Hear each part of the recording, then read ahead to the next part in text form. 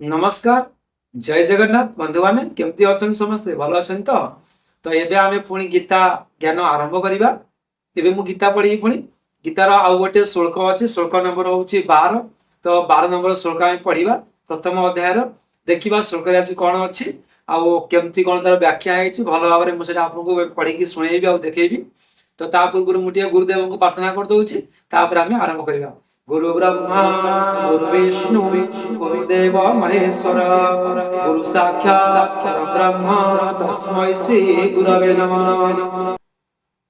देखंतु एबे आमे गीता ज्ञानर 12 नंबर श्लोक पढ़िबा। आउ 12 नंबर श्लोक रे कोन देखिबा। देखंतु एक्चुअली हमर प्रत्येक दिन किछि किछि श्लोक पढ़िबा, गोटे हो बा दीटा हो। आ समस्त मध्य मु कहूची समस्त श्लोक गोटे लेखा पढ़ंतु गीता रे कि दीटा श्लोक पढ़ंतु, किंतु गीतार अभ्यासटा करंतु। बहुत बढ़िया गीता अभ्यास करिवाटा।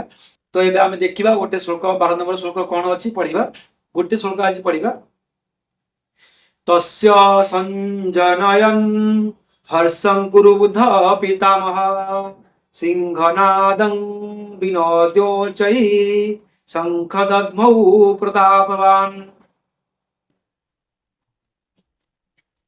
हम 12 नंबर श्लोक पढ़िथिले गत काली माने के पितामह भीष्म सिंह परी गर्जन करिकी शंख बजाइले। तो एटा हमें पढ़िथिले काली पढ़िथिले 12 नंबर श्लोक। तो एबे आमे पढ़िबा 13 नंबर श्लोक। 13 नंबर श्लोक रे कोन लिखा हैछि। तत शंखास्स भैजस्य पणपानक गोमुखाः सहसैवाभ्य हन्यन्त सशब्दस्तु मूलभवत्। देखंतु ए जो 13 नंबर श्लोक अछि केते सुंदर भाव लिखा हैछि। आर व्याख्या मु आपनको करिवि।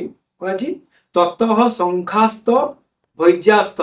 शंखस्य माने होछि शंख, बहु शंख।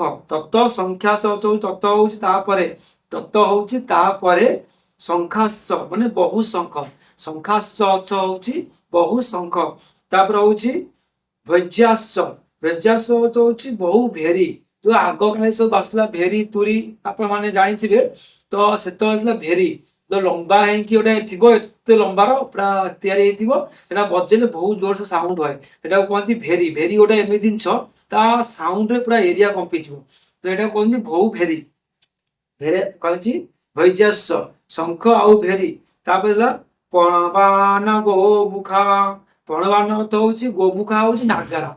नागरा गोमुख होछि नागरा। नागरा जोटा बाजे हमर बड़ बड़ देखिथिबे नागरा गोमुखा। तापरे गोमुखा नागरा तापरे मर्दल ओ रणसिंघा।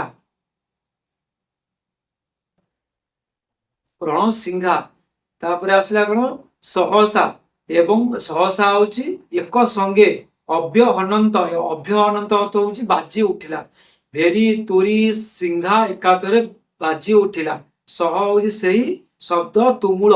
तुमुल अर्थ कोन एठी सुनंतु। तुमुल तुमुल अर्थ होछि अति भयंकर। देखंतु गीतार ए गोटे गोटे शब्द बहुत बढ़िया लागे माने व्याख्या करिया को। तुमुल अर्थ होछि अति भयंकर। अभवत अभवत अर्थ होला हेला। ताको मु सजेई पढुची कोन लेखा हैछि संपूर्ण भाव देखंतु पढुची कोन लेखा हैछि ना तापरे बहु शंख बहु भेरी नागरा मार्ताल रणसिंघा आदि वाद्य एका संगे बाजी उठिला। से सब शब्द अति भयंकर थिला। से सब शब्द अति भयंकर शब्द थिला। तापर प्रश्न कोन कला एथिरे प्रश्न आसिला एही श्लोक रे भावर अर्थ कोन ना पितामह भीष्म जेतेबेले सिंहनाद करी गर्जन करी शंख बजाई युद्ध आरंभ घोषणा करदेले सेतेबेले सबुआडे उत्साह खेली गला एवं समस्त सेना मध्य सबु दिगरु सेनानायक माने शंख एवं भिन्न भिन्न युद्ध वाद्य एक संगे बजाइले। वाद्य सब एक संगे बाजी उठिबारु एपरि भयानक शब्द हैला जे सेही शब्द समग्र आकाश प्रतिध्वनित होई गला।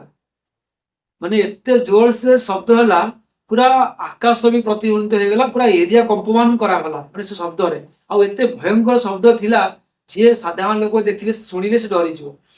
तापर कोन धृतराष्ट्र पचारिले युद्ध पई एकत्र हेबा परे मोर पुत्र मान एवं पांडु मानक पुत्र कोन कले। यार उत्तर रे संजय ए पर्यंत धृतराष्ट्रक पक्षर कथा सुनाउथिले। वर्तमान पांडव माने कोन कले ता परवर्ती 5टी श्लोक रे कहउचंती।